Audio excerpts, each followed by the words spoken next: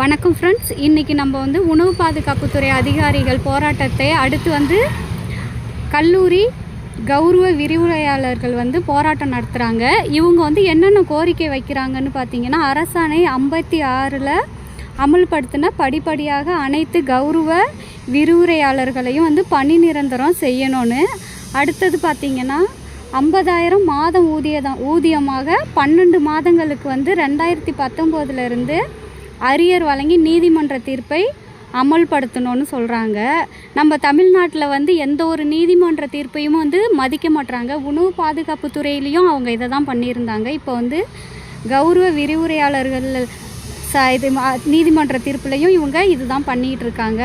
அடுத்தது என்ன வைக்கிறாங்கன்னா, சீனியாரிட்டி அடிப்படையில் பணி அனுபவத்தை கணக்கில் வைத்து எழுத்து தேர்வை ரத்து செய்து டிஆர்பியை நடத்தணும்னு இவங்க கோரிக்கை வைக்கிறாங்க. அடுத்தது பணிக்காலத்தில் இறந்து போன கௌரவ விரிவுரையாளருக்கு 10 லட்சம் வழங்கிடணும். இது முக்கியமான ஒரு கோரிக்கை. இது கண்டிப்பாக கவர்மெண்ட் கொடுக்கணும். ஏன்னா ஒரு தனியார் நிறுவனத்தில் நம்ம வேலை செய்யும் போதே அப்போ நமக்கு ஒரு ஆபத்து ஏற்படும் போது ஒரு தனியார் நிறுவனமே அதுக்கு நஷ்டஈடு கொடுக்குது. அப்போ தனியார் நிறுவனமே கொடுக்கும்போது ஒரு அரசு காலேஜில் பணிபுரியக்கூடிய விரிவுரையாளருக்கு கண்டிப்பாக கொடுக்கணும். இது கண்டிப்பாக ஒரு நியாயமான கோரிக்கை. அடுத்தது மகப்பேறு விடுப்பு, அதாவது மருத்துவ விடுப்பு, பிஎஃப், இஎஸ்ஐ, மாற்றுத்திறனாளர்கள் நலன் உள்ளிட்ட அனைத்து கோரிக்கைகளையும் போர்க்கால அடிப்படையில் நிறைவேற்றணும் அப்படின்னு சொல்லிட்டு இத்தனை கோரிக்கை இவங்க இன்றைக்கி வச்சு எக்மோர் ராஜரத்னம் ஸ்டேடியத்தில் போராட்டம் நடத்திட்டு இருக்காங்க. இவங்களோட அனைத்து கோரிக்கையும் நியாயமான கோரிக்கை தான். இதில் மகப்பேறு விடுப்பு ரொம்ப முக்கியமானது. ஏன்னா எல்லா மகளிருக்குமே நம்ம லீவில் வீட்டில் இருக்கிறவங்களாலே இந்த மாதிரி டயத்தில் ஒன்றுமே பண்ண முடியாது. அதனால கண்டிப்பாக மகப்பேறு விடுப்பு இவங்களுக்கு கொடுக்கணும். நீங்கள் இந்த போராட்டத்தை சப்ஸ்கிரைப் பண்ணி இந்த வீடியோவை எங்களுக்கும் சப்போர்ட் பண்ணுங்கள். ஷேர் பண்ணி போராட்டம் நடத்துகிற இவங்களுக்கும் சப்போர்ட் பண்ணுங்கள். ஏன்னா நமக்கு நம்ம ஒரு கலெக்டரோ ஒரு டாக்டரோ ஏதோ ஒரு பதவியில் இருக்கணும். அதுக்கு முக்கிய காரணம் நம்ம ஆசிரியர்கள் தான். அப்படியேப்பட்ட ஆசிரியர்களுக்கு போதிய வருமானம் தரமாட்டுறாங்க. அதாவது இந்த காலத்தில் செலவு பார்த்திங்கன்னா நிறைய இருக்குது. ஏன்னா விலைவாசி அப்படி ஏறி போய் கிடக்கு. ஆனால் சம்பளம் மட்டும் ஏற்ற மாட்டுறாங்க. சம்பளம் ஏற்றாமல் விலைவாசி மட்டும் ஏறி கிடக்கிற இந்த காலகட்டத்தில் இவங்க வெறும் 25,000 ரூபாயை வச்சுக்கிட்டு எப்படி அவங்க குடும்பத்தை வழிநடத்த முடியும்னு தெரியல. அதனால் இவங்களோட கோரிக்கை அனைத்தையும் தமிழக முதல்வர் அவர்கள் கேட்டு கண்டிப்பாக எல்லாத்தையும் நிறைவேற்றணும் அப்படின்னு சொல்லிட்டு நாங்கள் வேண்டி கேட்டுக்கொள்கிறோம். நீங்களும் இவங்களுக்கு சப்போர்ட் பண்ணி இவங்க வீடியோவை எல்லாருக்கும் ஷேர் பண்ணுங்கள். ஏன்னா எல்லாருக்கும் ஷேர் பண்ணினீங்கன்னா இவங்களோட போராட்டம் கண்டிப்பாக ஒரு நாள் நிறைவேறும் இவங்களோட கோரிக்கை. Okay friends, thank you. நீங்கள் இவங்களோட போராட்டத்தையும் இவங்களோட கோரிக்கையும் நேரடியாக பாருங்கள்.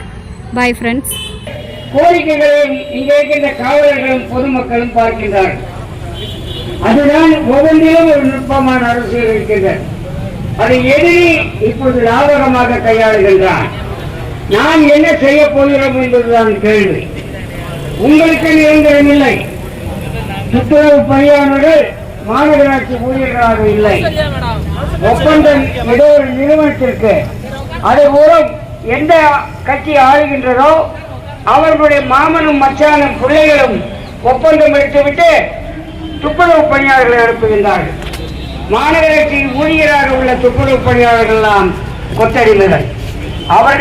அவர்கள் குறிப்பாக சாக்கடையை உள்ளே நுழைந்து சுத்தம் செய்கின்ற தூய்மை பணியாளர்கள் இறந்து போகின்றார்கள். எந்த விதமான வாக்களித்தவர்கள் பெரும்பாலும் இருப்பீர்கள். நானும் வாக்களித்தேன். பாஜக திமுகவின் திராவிட இயக்கத்தை சேர்ந்தவன் நான். பின்னால் இடதுசாரி இயக்கத்தின் பின்னால் செல்லக்கூடிய காரணம் என்ன என்பதை பற்றி நான் பிறகுதான் பேச வேண்டும். இன்று நான் பேசப் போவதில்லை. ஆனால் அன்றைய காலகட்டத்தில் மாணவர் சங்கங்களை வளர்த்தது திராவிட முன்னேற்ற கழகம். மாணவர் மன்றங்களை வளர்த்தது திராவிட முன்னேற்ற கழகம். மாணவர் மன்றங்கள் மூலமாக அரசியல் உணவை பெற்றவர்கள் நாங்கள்.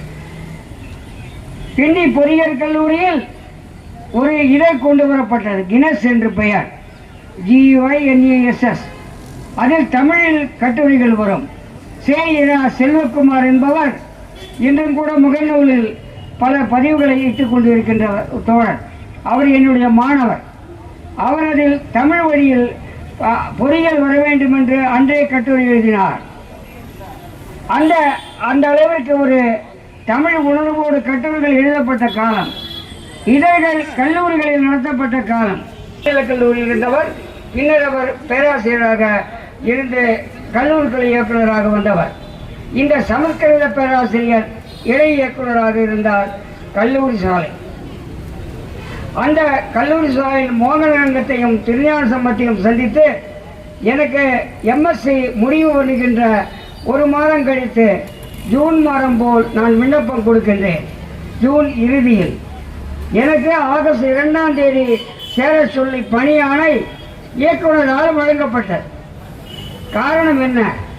வேலை வாய்ப்பு என்று அதிகம், படித்தவர்கள் குறைவு, பட்டியல் இனத்தில் படித்தவர்கள் இல்லவே இல்லை என்று கூட சொல்லலாம், பெண்கள் இல்லவே இல்லை என்று கூட சொல்லலாம். என்னை போன்றவர்கள் பிற்பட்ட வகுப்பை சார்ந்தவர்கள் நாங்கள் வேலையில் சேர்ந்தது அதிகம். பட்டியல் நாட்களை விரல் விட்டு எண்ணக்கூட நிலைமையில்தான் மிக மிக சொற்பமாக இருந்த காலகட்டம் அது. 300 ரூபாய். அதுக்கு சரியான உதாரணம் 3 பைசாவுக்கு பகோடா வாங்க முடியும். 3 பைசாவுக்கு பகோடா வாங்க தகுந்தபடி பகோடாவின் துன்பத்தை அவர்கள் உணர்ந்து கொண்டார்களா? ஏனென்றால் இந்த கெஸ்ட் லெக்சர் பிரச்சனை என்பது எவ்வாறு வந்தது? ஏன் அவர்கள் அவ்வாறு பணி நியமனம் மாற்றப்பட்டது? அன்று நான் கொடுத்தவுடனேயே ஒரு வேலை வாய்ப்பு எனக்கு தரப்பட்டது. இன்று ஏன் அது இல்லை? பொதுத்துறைகள் ஒவ்வொன்றாக காலியாகிக் கொண்டிருக்கின்றன. ரயில்வே முழுவதும் ஒழிக்கப்பட்டு விட்டது. ரயில்வே தண்டவாளங்கள் விற்கப்படுகின்றன. தூக்குவதற்கு கிரேன் தூக்குவது வேலையின்மை, வேலை வாய்ப்பு.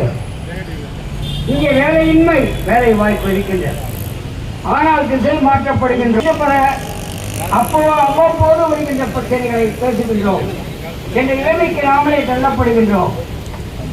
அப்பொழுது தமிழ்நாடு தேர்வாணையம் TNPSC என்ற நிறுவனம் தான் எங்களை எல்லாம் பற்றி உங்களுக்கு தெரியாது. லட்சுமணனுக்கு தெரியும். அவர் பள்ளி காலத்தில் இருந்திருப்பாங்க. டெமான்ஸ்ட்ரேட்டர் டியூட்டர், விளக்குக்கு வாடகைக்கு விடுவார்கள், தொழிற்சங்க கூட்டங்களுக்கு விடுவார்கள். அது இன்று சாதாரணமாக தொழிற்சங்க கூட்டங்களுக்கு விடப்படுவதில்லை. புத்தக வெளியீட்டுக்கு மட்டும் அனுமதிக்கின்றார்கள். இப்பொழுது அங்கே PK ராஜனும் வேலையா என்ற AUT தோழரும் AUT சுவாமிநாதனும் பேசிய பேச்சு 77 எங்களை உரமூட்டியது. நான் அப்பொழுது மாநில கல்லூரியில் இருக்கின்றேன். அப்போ அதுவரை கல்லூரி ஆசிரியர் கூட்ட நடவடிக்கைக்கூட ஒன்றாக இணைந்து போராட்டம் நடத்தவில்லை. AUT நடத்தும். AUT எமர்ஜென்சி காலத்திலும் பல்கலைக்கழக மானியக்குழு ஊதிய விகிதம் வேண்டும் என்று ஊர்வலம் சென்ற இயக்கம் AUT பல்கலைக்கழக ஆசிரியர் சங்கம். இன்று எப்படி கெஸ்ட் லெக்சரில் பல சங்கங்கள் இருக்கின்றதோ அதேபோல் AUT 2ஆக 3ஆக உள்ளது.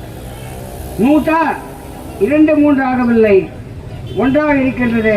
ஆனால் அன்று மேல நீலூர் கல்லூரியில் MC சங்கரலிங்கம் என்ற பொதுச் செயலாளர் அங்கே பேச்சுவார்த்தைக்கு சென்றபோது, வெட்ட வந்தபோது, அடிக்க வந்தபோது எதிர்த்து நின்ற பொறுப்பாளர்கள் உள்ள சங்கம், இருந்த சங்கம் நூட்டா மதுரை காமராஜர் பல்கலைக்கழக ஆசிரியர் மன்றம். மதுரை காமராஜர் பல்கலைக்கழக ஆசிரியர் மன்றம் மதுரை காமராஜர் மனோன்மணியம் சுந்தரனார் ஆசிரியர் மன்றம் என்று பின்னால் மாறியது. தமிழ்நாடு அரசாங்கம் மாவட்டந்தோறும் பல்கலைக்கழகம் என்று தொடங்கினார்கள். இன்று மாவட்டந்தோறும் தொடங்கப்பட்ட பல்கலைக்கழக நிதி இல்லை. அங்கே பணியாற்றுகின்ற கெஸ்ட் லெக்சரருக்கு சம்பளம் இல்லை. அவர்களையும் ஒருங்கிணையுங்கள். உங்களுடைய அடுத்த போராட்டம் பல்கலைக்கழக guest lecturer, polytechnic guest lecturer, ஒப்பந்த ஊழியராக வேலை செய்து செத்துக் கொண்டிருக்கின்ற தூய்மை பணியாளர்கள், ஒப்பந்த கூலிகளாக வேலை செய்து லைன்மேனாக சாகின்றானே அந்த தொழிலாளி, இவர்கள் எல்லோருமே உங்கள் கோரிக்கையை வைக்கின்றார்கள். இவர்கள் எல்லோருக்குமே வாக்குறுதி தந்தது ஆளுகின்ற அரசாங்கமும் ஆண்ட அரசாங்கம். அதிமுக திமுக 2 பேருமே வாக்குறுதி கொடுத்தார்கள். கொரோனா காலத்தில் உயிரை கொடுத்து பணியாற்றிய செவிலியர்கள் அவர்களை நிரந்தரப்படுத்த சொல்லி சொன்னது யார்? அவர்கள் இந்த போராட்டம் நடத்துகின்றார்கள். தொழிலாளர்கள் போராட்டம் நடத்துகின்றார்கள், விவசாயிகள் போராட்டம் நடத்துகின்றார்கள். இவை எல்லாமே நவதாராள மையத்தினுடைய ஆஃப் ஷூட் என்பதை நீங்கள் தெரியும். இங்கே பொருளாதாரம் கற்பிக்கின்ற உங்களுக்கு நான் சொல்ல வேண்டிய தேவையில்லை. இவர்கள் அனைவரையும் ஒருங்கிணைத்து ஒரு மாநாடு நடத்த வேண்டிய பொறுப்பு இந்த கூட்டுக்குழுவுக்கு இருக்கின்றது என்பதை தெரிவித்துக் கொள்கின்றேன். ஒரு மாநாடு நடத்துவோம், அந்த மாநாடு மூலமாக திரட்டுவோம். நாங்கள் மாணவர்களை அழைத்து மக்கள் கல்வி கூட்டிற்கும் சார்பாக ஒரு கருத்தரங்கத்தை, வெறும் மாணவர் அமைப்புகளை, இடதுசாரி மாணவர் அமைப்புகளை தொடக்க கட்டமாக நாங்கள் அழைத்துள்ளோம். ஒரு கலந்துரையாடலும் வைத்துள்ளோம். ஆகஸ்ட் 17. என்ன காரணம் எனக்கு புரியவில்லை. இன்றைய சூழ்நிலை எனக்கு தெரியாது. நான் மாணவனாக இருந்தபோது இருந்த சூழ்நிலை, இன்றுள்ள மாணவன் அனுபவிக்கின்ற சிக்கலை நான் என்னுடைய வயது கேட்டபடி பார்த்தால் என்னுடைய பேர குழந்தைகள் அவருடைய பிரச்சனையை அவர்கள் வாயிலாக, அவர்கள் வாய் வழியாக, அவர்கள் கருத்தாக நான் கேட்டால்தான் என்னை நான் புதுப்பித்துக் கொள்ள முடியும். நான் பழமையிலேயே இருந்தேன் என்றால் என்னுடைய கருத்துக்கள் துருப்பிடித்து போன கருத்துக்களாக இருக்கும். அதற்கு உரமூட்டியவை இங்கே உட்கார்ந்திருக்கின்ற இளைஞர்களும் அந்த மாணவர்களும் என்பதை உணர்ந்தவன் நான். நாங்கள் இந்த கருத்தரங்கை நடத்துவதற்கு காரணமே இதுதான். ஏனென்றால் இன்றைய சிக்கல் சாதாரணமானதல்ல. மாணவர்களுக்கு உதவித்தொகை தருவார்கள், பாராட்டுகிறோம். 1000 ரூபாய் மாணவனுக்கும் மாணவிக்கும் உண்டு, பாராட்டுகிறோம். ஆனால் கணினி என்னவாயிற்று, லேப்டாப் என்னவாயிற்று, கேட்கிறோமா? கேட்கவில்லை. இந்த சமூக சீர்திருத்தம் சம்பந்தமான உதவிகளை பற்றி எல்லாம் பொருளாதார பேராசிரியர் வெற்றிபெற்றிருக்கிறதாக தெரியும். அவை சமூக சீர்திருத்தம் என்று சொல்லப்படுகின்ற அந்த உதவித்தொகைகள் எல்லாம் நம்மை சமரசத்தை நோக்கி செல்லும், நம்முடைய போராட்ட குணத்தை மழுங்கடிக்கும். அதை தர வேண்டியது அரசுடைய கடமை. ப்ராப்பர்ட்டி டேக்ஸ் கட்டுகிறோம், சொத்து வரி கட்டுகிறோம்.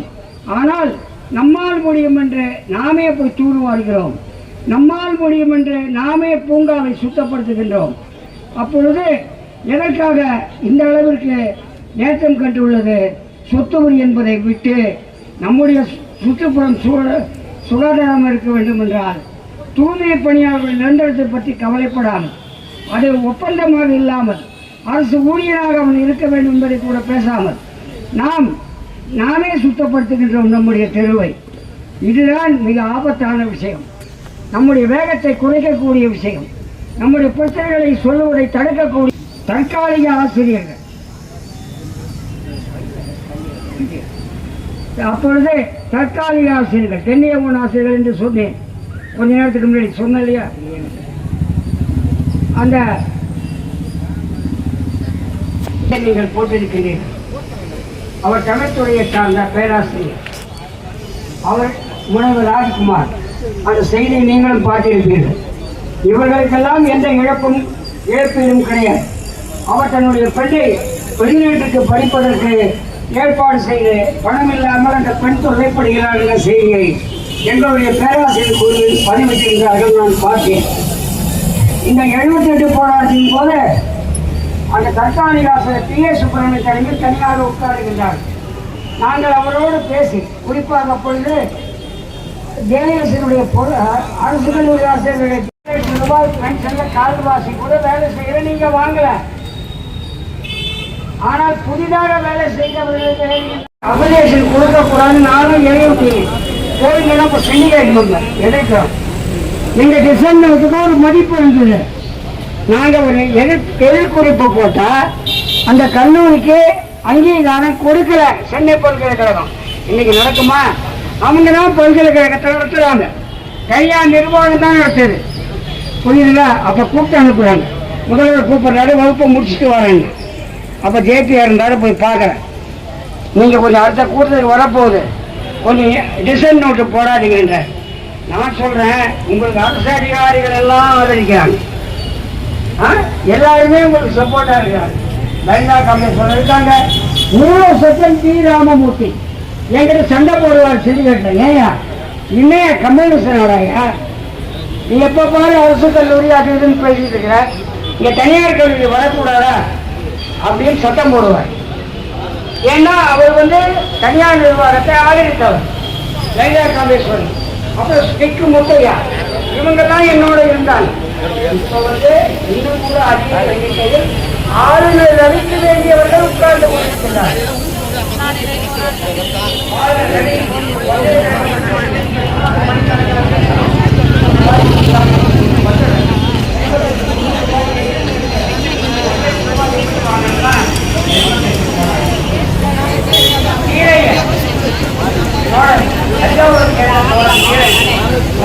வருகிறோம்.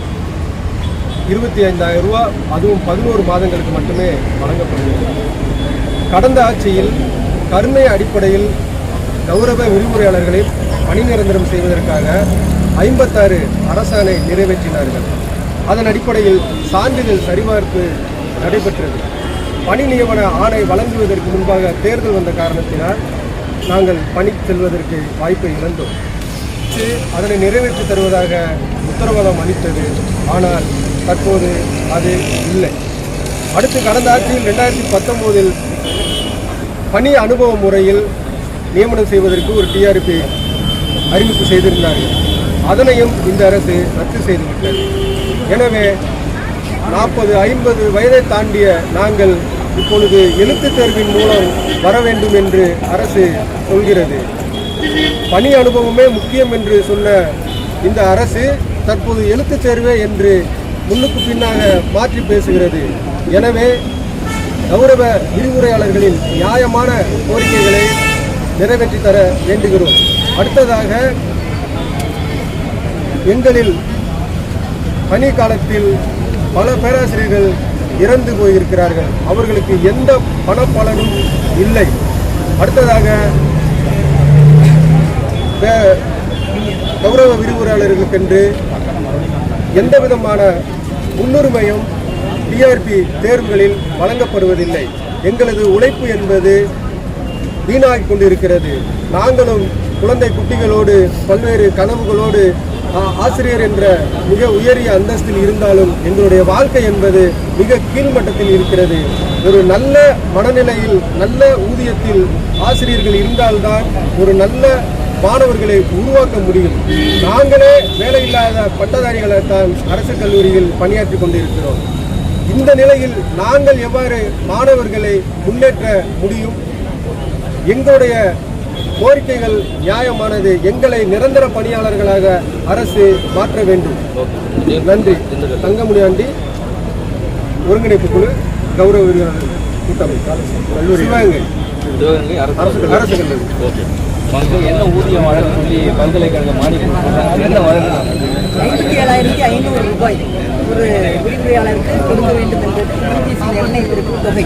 பல்வேறு மாநிலங்களிலே அதுக்கு குறைவாக 40,000 முதல் பாண்டிச்சேரியிலும் மற்றும் கர்நாடகாவில் 40,000, இன்னும் பஞ்சாப் போன்ற பகுதிகளிலே 40,000, 45,000. நம்முடைய தமிழகத்தில் கூட சட்டக்கல்லூரியில 40,000 ரூபாய் கொடுக்கிறார்கள். ஆகவே எங்களுக்கு மட்டும் இந்த 25,000 ரூபாயை கொடுத்து கலைக்கல்லூரியில கொடுத்து இதை ஏமாற்று வழியாக செயல்படுத்துகிறார்கள் என்று சொல்லி தான் நாங்கள் நம்புகிறோம். ஏன்னா இந்த 25,000 வைத்து இந்த காலகட்டத்தில் விலைவாசி ஏறி இருக்கிற அந்த காலகட்டத்தில் எங்கள் பிள்ளைகளை கவனிக்க முடியாது. எங்களில் அநேகர் 50 வயதை கடந்தவர்கள். நாங்கள் இனி புதிதாக ஒரு வேலைக்கு போய் அமர்ந்து செயல்படுகிற நிலைமை இல்லை. போன வருஷம் 25,000 சம்பளம், இந்த வருஷம் 25,000 சம்பளம். எந்த ஒரு மாற்று ஒரு அதிகரிப்பும் எங்களுக்கு இல்லை. ஆனால் மற்றபடி இருக்கக்கூடிய ஆசிரியர்களுக்கு 3% டிஏ, 6% டிஏ என்பதாக அரசு ஊழியர்களுக்கு ஏற்றிக்கொண்டே இருக்கிறார்கள். ஆனால் எங்களுக்கு 10 வருஷம் ஆனாலும் இதே சம்பளம் தான், 5 வருஷம் ஆனாலும் இதே சம்பளம் தான். எந்த சம்பளத்திலையும் மாற்று ஒன்றும் இல்லை. இனி எங்களுடைய பேராசிரியர்கள் இறந்து போயிருக்கிறாங்க. அவர்களுடைய குடும்பத்திற்கு எந்த ஒரு ஆதரவு கரமும் அரசாங்கம் நீட்டியதாக இல்லை. அப்படி இருந்ததாகவே அவர்கள் வேலை பார்த்ததாகவே இல்லை.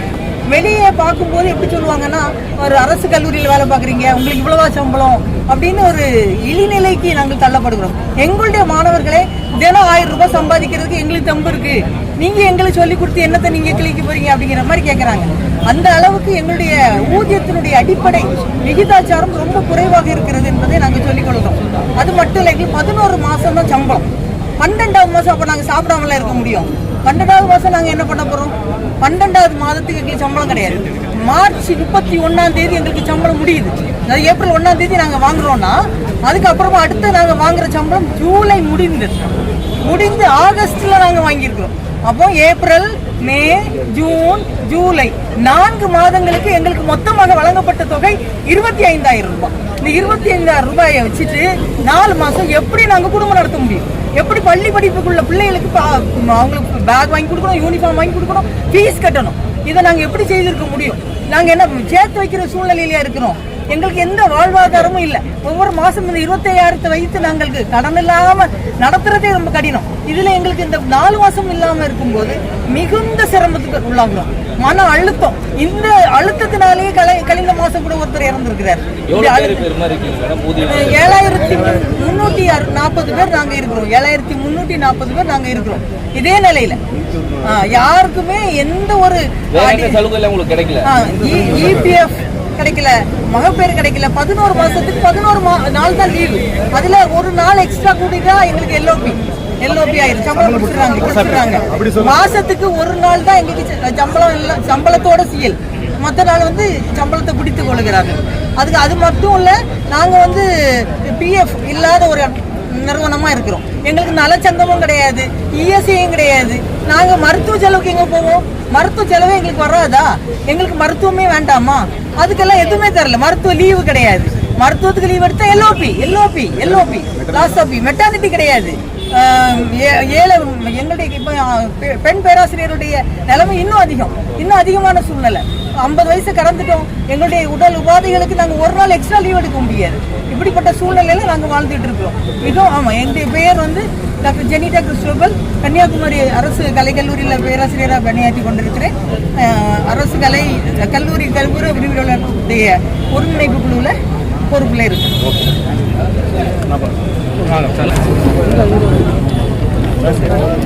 அரசு கலைக்கல்லூரிகளில் கௌரவ விரிவுரையாளர்கள் ஒரு நவீன கொத்தடிமைகளாக நடத்தப்படுவது தமிழகத்தின் மிகப்பெரிய அவலம். குறிப்பாக உயர்கல்வித்துறையில் நம்முடைய மாண்புமிகு தமிழக முதல்வர் அவர்கள் மாணவர்களுடைய நலன் கருதி தமிழ் புதல்வன், புதுமை பெண் திட்டம், நான் முதல்வன் திட்டம் போன்ற திட்டங்களை அருமையாக நடைமுறைப்படுத்தி வருகிறார்கள். இந்த நடைமுறைப்படுத்துவதற்கு நாங்கள் ஒரு முதுகெலும்பாக கல்லூரிகளில் உழைத்துக் கொண்டிருக்கிறோம். மாணவர்களுக்கு மாதந்தோறும் 1000 ரூபாய் வழங்குவதற்கு தமிழக அந்த வெப்சைட்டில், போர்ட்டலில் மாணவருடைய தரவுகளை ஏற்றுவதற்கு நாங்கள் உழைப்பை செலுத்தி வருகிறோம். அந்த அடிப்படையில் நாங்கள் வாங்கக்கூடிய இந்த ஊதியம் 25,000 என்கிற அந்த அளவில் இருக்கிற பட்சத்தில் எங்களுடைய உழைப்பு என்பது தமிழக அரசிற்கு நடத்தக்கூடிய, தமிழக அரசு நடைமுறைப்படுத்தக்கூடிய உயர்கல்வி திட்டங்களுக்கு நாங்கள் முதுகெலும்பாக இருக்கக்கூடிய சூழலில் இந்த உழைப்பை சுரண்டுவது எந்த அடிப்படையில் நியாயம் என்பதை நாங்கள் மாண்புமிகு தமிழக முதல்வருடைய மெத்த பணிவோடு கேட்டுக்கொள்கிறோம். தமிழக அரசை சீரிய தலைமையோடு நடத்தி கொண்டிருக்கிற தந்தை பெரியார் கனவு கண்ட சமத்துவ சமுதாயத்தை நிலைநாட்டுவதற்கு உழைத்துக் கொண்டிருக்கிற மாண்புமிகு தமிழக முதல்வர் அவர்கள் எங்களுடைய இந்த குறையை போக்குவதற்கு அவர் நிறைவான முடிவை எடுப்பார் என்கிற அந்த அடிப்படையில் இந்த கோரிக்கை வைக்கிறோம். என்னுடைய பெயர் டாக்டர் SS ராமஜெயம், அரசு கலைக்கல்லூரி கௌரவ விரிவுரையாளர் ஒருங்கிணைப்பு குழுவின் பொறுப்பாளர், அரசு கலைக்கல்லூரி திண்டிவனம்.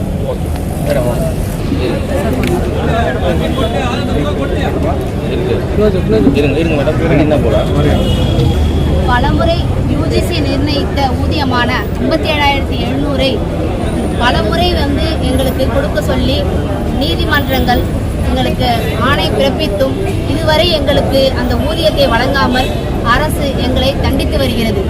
அந்த ஊதியம் இல்லாததால் எங்கள் குடும்பங்களையும் கவனிக்க முடியாமல், எங்களுடைய மருத்துவ செலவுகளையும் கவனிக்க முடியாமல் நாங்கள் பெரிதும் மன உளைச்சலுக்கு ஆளாகி நோய்வாய்ப்பட வேண்டிய சூழ்நிலை இருக்கிறோம். இச்சூழ்நிலையிலும் நாங்கள் பொருட்படுத்தாமல் மாணவர்களுக்கு சிறப்பாக கல்வி கற்றுக் கொடுத்து தமிழகத்தில் உயர்கல்வித்துறையை முதல் மாநிலமாக திகழ வைக்கிறோம். அப்படி தெரிந்தும் எங்களுக்கு இப்படிப்பட்ட சூழ்நிலையிலும் 57,500 ஊதியத்தை வழங்காமல் எங்களை தண்டிப்பது மிகவும் மோசமாக உள்ளது. இது முதல்வரின் கவனத்திற்கு கொண்டு செல்வதற்காகவே இந்த போராட்டத்தை நாங்கள் நடத்தி வருகிறோம். என் பெயர் V. வெண்ணிலா, தருமபுரம் ஞானாம்பிகை அரசினர் மகளிர் கலைக்கல்லூரி, மயிலாடுதுறை. இங்கே மாபெரும் தமிழ்நாடு நடத்தக்கூடிய கௌரவ விரிவுரையாளர்களுடைய கூட்டம் நடைபெற்று கொண்டிருக்கிறது.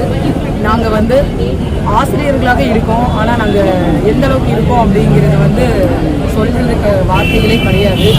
கற்றவர்களுக்கு சென்ற இடமெல்லாம் சிறப்பும் உணவும் கிடைக்கும் சொல்லி அவையார் கூட சொல்லியிருக்காங்க. ஆனால் இங்கே பார்த்தீங்க அப்படின்னா கற்றவர்கள் உண்ணா நிலையில் இருக்கக்கூடிய ஒரு நிலையில தான் நாங்கள் இருக்கிறோம். இன்னைக்கு யூஜிசியோட ரூல்ஸ் படி 50,000 ரூபாய் சம்பளம் கொடுக்க சொல்லியிருக்காங்க கௌரவ விரிவுரையாளர்களுக்கு. நமக்கு அண்டையில் இருக்கக்கூடிய அதர் ஸ்டேட் அனைத்துமே இந்த சம்பளத்தை கொடுத்துட்டு இருக்காங்க. பக்கத்தில் இருக்கக்கூடிய பாண்டிச்சேரி கூட கொடுத்துட்டு இருக்காங்க. ஆனால் அந்த நிலை தமிழ்நாடு அரசுகிட்ட மட்டும் ஏன் இன்னும் வரலைன்னு எங்களுக்கு தெரியல. நாங்கள் தமிழ்நாடு முதல்வர் ஐயாயிடம் கேட்பது ஒரே ஒரு விஷயம்தான். கௌரவ விரிவுரையாளராக இருக்கக்கூடிய நாங்கள் பல மாணவர்களை ஒரு வழிகாட்டியாக விளங்கி கொண்டிருக்கிறோம். இன்று அந்த மாணவர்களை விட்டுட்டு வந்தது எங்களுக்கு மிகுந்த வருத்தம் இருக்கிறது. இருந்தாலும் நாங்கள் நல்லா இருந்தால் தான் அந்த மாணவர்களை நாங்கள் பார்க்க முடியும். இன்னைக்கு பார்த்தீங்க அப்படின்னா நிறைய கல்லூரிகளில் இருந்து பேராசிரியர்களும் இங்கே வந்திருக்காங்க.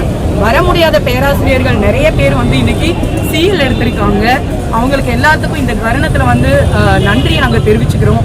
அதே நேரத்தில் அரசுக்கு இந்த கவன ஈர்ப்பு போராட்டத்தை முன்னிறுத்தி எங்களுடைய கோரிக்கைகளை நிறைவேற்றும்படி நாங்கள் மிக தாழ்மையுடன் ஒரு ஆசிரியராக இருந்து கேட்கறதும், அதற்கு அரசு முன்னாடி எங்களுக்கு எல்லா சலுகைகளும் செய்து தர வேண்டும் என்று வேண்டி விரும்பி கேட்டு விடைபெறுகிறேன். நன்றி.